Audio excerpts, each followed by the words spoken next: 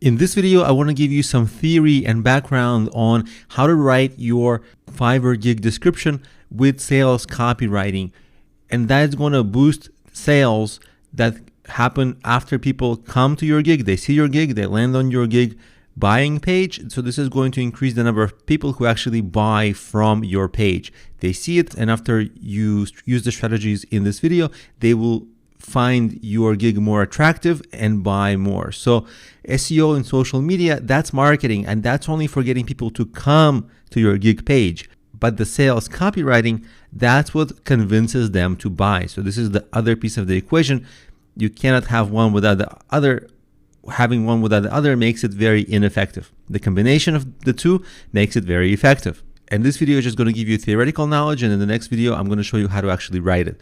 So in writing the description, you have to first of all explain the services very clearly. If there's no clarity, they won't buy. If they're confused, they'll just leave.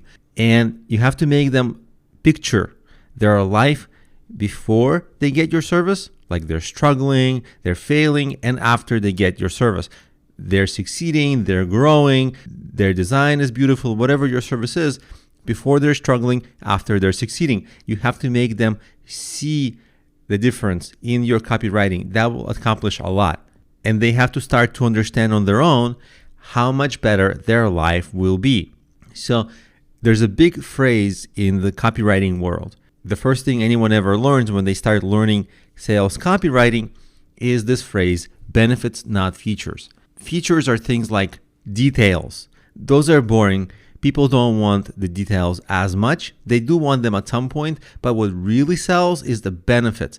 Benefits are things like you're going to grow your business. You're going to make money.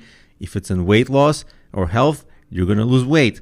You're going to look better. Those are benefits that everybody universally wants. How you get there? The exercise, the day-to-day work. Nobody wants that. People know they will have to do that, but they rather deal with it as little as possible.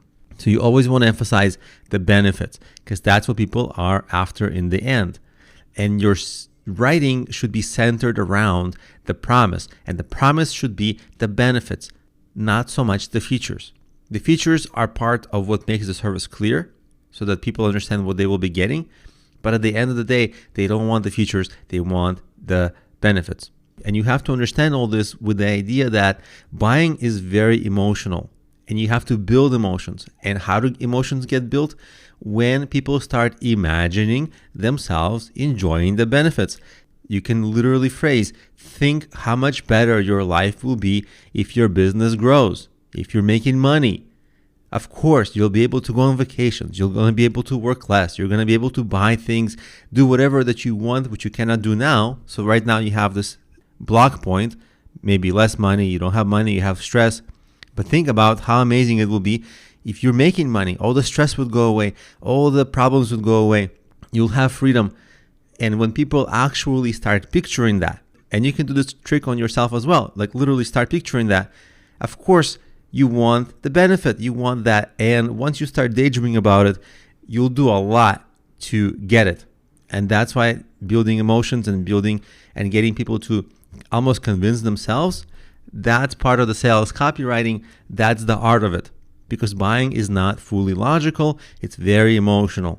And just a technical note, when you're writing, to make your writing actually more readable, break up the text into small readable chunks, little paragraphs, no more than 2 or 3 sentences each, because if you have big blocks of text, they're very hard to read on a screen. That becomes a turnoff, and that gets people to read less.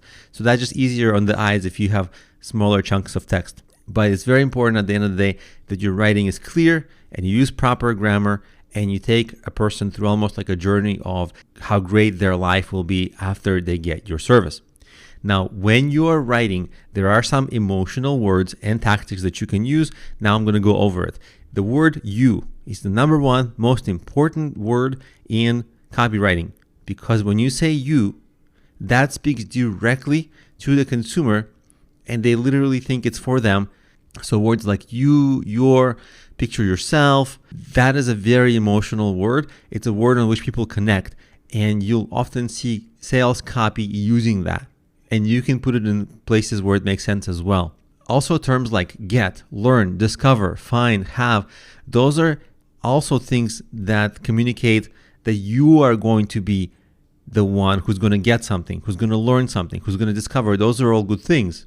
People want that. People want to find, to discover, to have, to get. Other words are, well, when do they want it? Of course, they want it easy and quickly, right? Now, ASAP, in 7 days, in 30 days, easy. Those are words that communicate easiness because nobody wants anything difficult. It's not that people are lazy. I mean, you could say they are, but also it's just logical. Who wants something difficult when the same thing can be easy?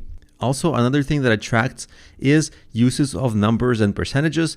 Those are clear, they're easy to understand, and they break up the monotonous blocks of texts.